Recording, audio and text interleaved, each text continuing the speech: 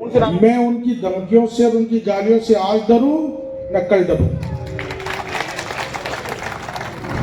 मेरा समाज बुला रहा, मेरी वैल्यू मेरे समाज के पीछे है।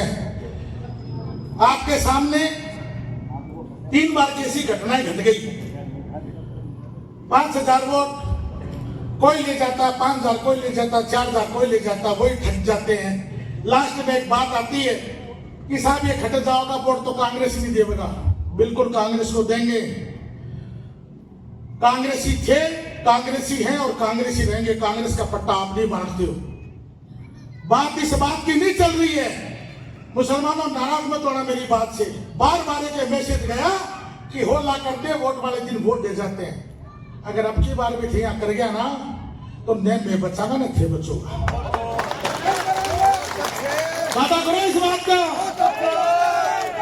और मेरी भाई और कुछ लोग खड़े होकर कह रहे थे कि भाई साहब ये कर दो वो कर दो। अरे जो करना वो कर लेना, लेकिन यार नाबालिग थोप दिया आपके ऊपर, उसको कैसे स्वीकार करेंगे? उसको कैसे स्वीकार करेंगे?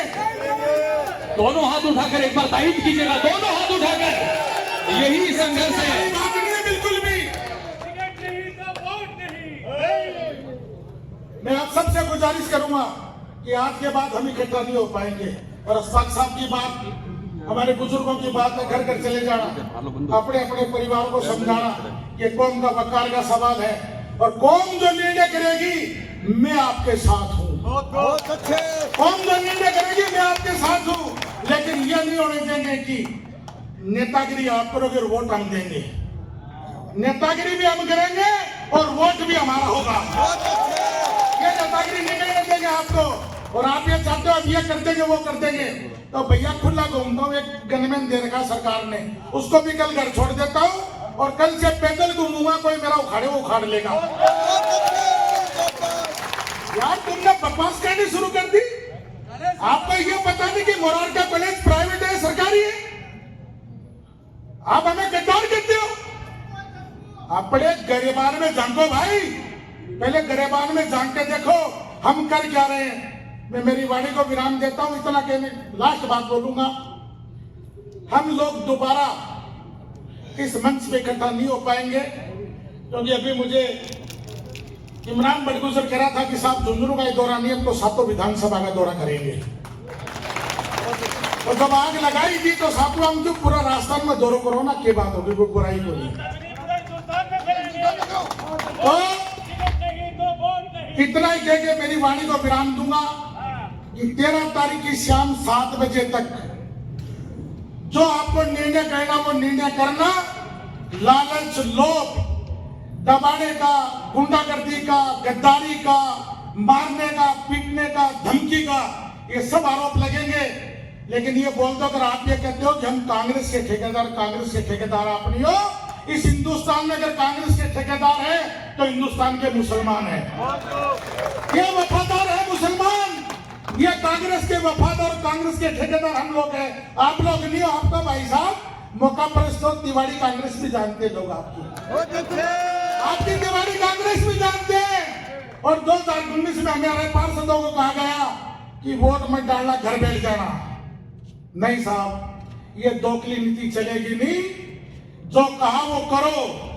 कांग्रेस पार्टी ने जिसको टिकट दिया उसकी मदद करते, लेकिन आप तो हमारे पे थोपने का काम करते हो। 2019 भी आपकी परिवार की टिकट कट गई तो आपने हराने का काम कर लिया। तो साहब हमने आपसे सिखाए काम, हमने आपसे ही सिखाए काम। लेकिन हम गद्दार नहीं, हम वफादार है। कांग्रेस आपसे शुरू नहीं होती, कांग्रेस हमारे से शुरू होती है। हम कांग्रेसी हैं, आप कांग्रेसी नहीं हो। और ऐलान कहता हूं फिर मैं कि साथियों एक मन करके रखना, आने वाली 13 तारीख को आपका मन, आपका विचार, आपका प्लान, आज तक आप मेरे कहने पे हर वक्त आए हो। मैं कसम खुदा की खा के कह रहा हूं, अब आज के बाद में आप आगे हो, मैं आपके पीछे हूं। अस्सलाम वालेकुम। इतनी मुश्किलों का सामना करना पड़ा, आपको मंच पर नहीं जाना चाहिए था। मैंने कहा मैंने एक शब्द भी पार्टी के खिलाफ नहीं बोला है। मैंने मेरे समाज की वफादारी गिनाई है। और अगर क्या मेरी समाज ने वफादारी नहीं की, अगर मेरी समाज की वफादारी करना मेरा गुण है तो जो आपको मुझे सजा देनी वो सजा दे दो, लेकिन मेरे समाज के साथ रहूंगा। मेरे समाज की वफादारी गिनाने में आपको तकलीफ, मैंने बार बार कही ये बात। और मैंने जब प्रभारी मंत्री आया जो चिरंजीव राव साहब, उस वक्त भी उनको मैंने कही, मैंने कहा न राज आ रहा न राज जा रहा है, ऐसे कमेटी का मुसलमान नाच नाच के वोट देता आपको, ये टिकट दे दो। उन्होंने आला कमान तक रिपोर्ट भिजवाई। 21 तारीख को या 22 तारीख को जयपुर में प्रोग्राम हुआ, झुंझुनू से 15-20 गाड़ियां भर के गई, वार रूम के आगे धरना प्रदर्शन हुए। मैं शुक्रगुजार हूं टीम का, इमरान भाई का और हमारे बुजुर्गों का।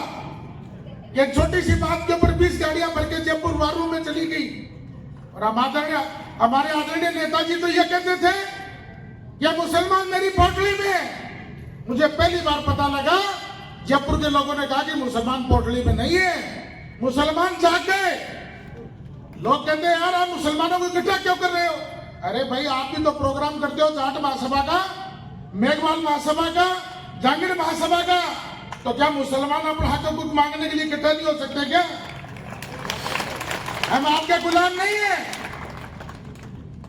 और ये बात दिमाग से निकाल देने कि हमारे बगैर किसी की फतह हो जाएगी क्या? फतह होने के लिए मुसलमानों के मोहल्ले से निकलना पड़ेगा, हमारे बगैर फतह नहीं आपकी। और आपने जो गलती की है उस गलती की सजा आपको भुगतनी पड़ेगी। मुरारी में टिकट मत दो, मेरे किसी कार्यकर्ता को टिकट दे दो। अरे भाई झुंझुनू में यही